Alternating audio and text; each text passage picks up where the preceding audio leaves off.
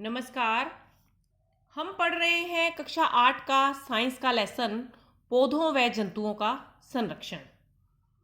इस लेसन के अब तक के वीडियोस देखकर आप यह तो अवश्य समझ गए होंगे कि संकटापन्न स्पीशीज को बचाने के लिए हर संभव प्रयास किया जाता है।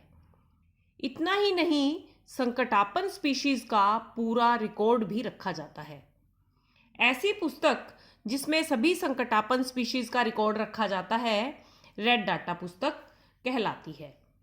पौधों, जंतुओं और अन्य स्पीशीज के लिए अलग अलग रेड डाटा पुस्तक होती हैं। अभयारण्यों की अगर आपने सैर की हो या आपने इसके बारे में सुना हो तो अभयारण्यों की सैर करते समय कई बार निश्चित समय अवधि में सुदूर क्षेत्रों से आए पक्षी भी नजर आते हैं।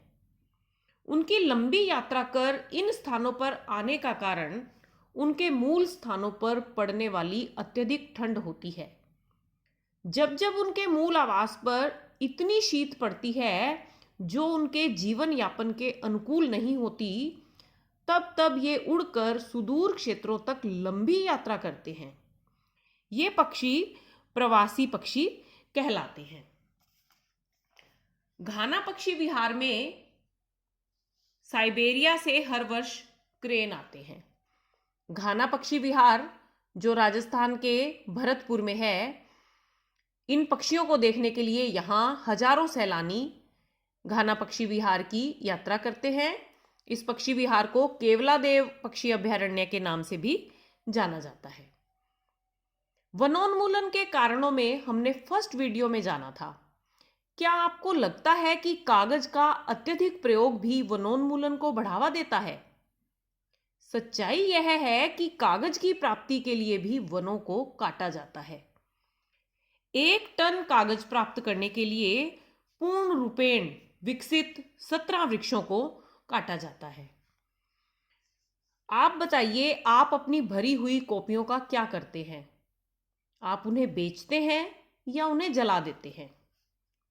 जब भी हम भरी हुई कॉपियों को बेचते हैं तो कागज को पुनः चक्रण के लिए भेज दिया जाता है। कागज का 5 से 7 बार तक पुनः चक्रण किया जा सकता है। आप समझ गए होंगे कि कागज को जलाना एक बहुत ही मूर्खतापूर्ण कार्य है। साथ ही कागज की बचत करना एक सराहनीय कार्य है। हम कागज की बचत कर पेड़ों को कटने से बचा सकते हैं। कागज की बचत के और भी कई लाभ होते हैं। कागज की बचत करने पर कागज उत्पादन में काम आने वाले जल और ऊर्जा की भी बचत होती है। साथ ही उन हानिकारक रासायनिक पदार्थों के उपयोग में भी कमी आती है जो कागज उत्पादन में काम आते हैं। अब ऐसा ना हो कि कागज बचाने के लिए आप पढ़ना लिखना ही बंद कर दें। दोहरान कार्य के लिए आप स्लेट का इस्तेमाल कर सकते हैं। यह एक अच्छा विकल्प है। यदि आपके पास कोई सुझाव हो तो आप हमसे शेयर करें, कमेंट कर बताएं कि क्या ऐसे कार्य हैं जिससे आप कागज बचा सकते हैं। यहां एक प्रश्न उठना स्वाभाविक है कि क्या वनोन्मूलन का कोई स्थायी हल है? इसका एक ही स्थायी हल है, पुनर्वन रोपण। क्या आपको नहीं लगता कि हमें अपनी जिंदगी में कुछ वृक्ष अवश्य ही लगाने चाहिए? हमें कम से कम उतने वृक्ष तो अवश्य ही लगाने चाहिए जितने वृक्ष हमारी जरूरतें पूरा करने के लिए काटे जाते हैं। हम वृक्षारोपण कर सकते हैं। और एक और तरीका है कि वनोन्मूलित क्षेत्र को अबाधित छोड़ें। यदि वनोन्मूलित क्षेत्र को अबाधित छोड़ दिया जाता है तो वह समय पाकर पुनः हरा भरा हो जाता है।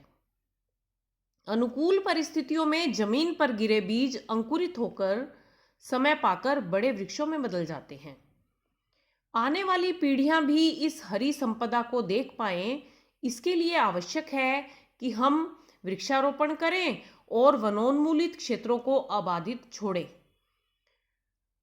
वनों के संरक्षण से प्रकृति के संरक्षण के साथ आसपास रहने वाले लोगों की आधारभूत आवश्यकताओं की भी पूर्ति होती रहती है। अब आप अवश्य हमें बताएं कि आपने अपनी जिंदगी की किन महत्वपूर्ण तिथियों को वृक्षारोपण करके मनाया। धन्यवाद।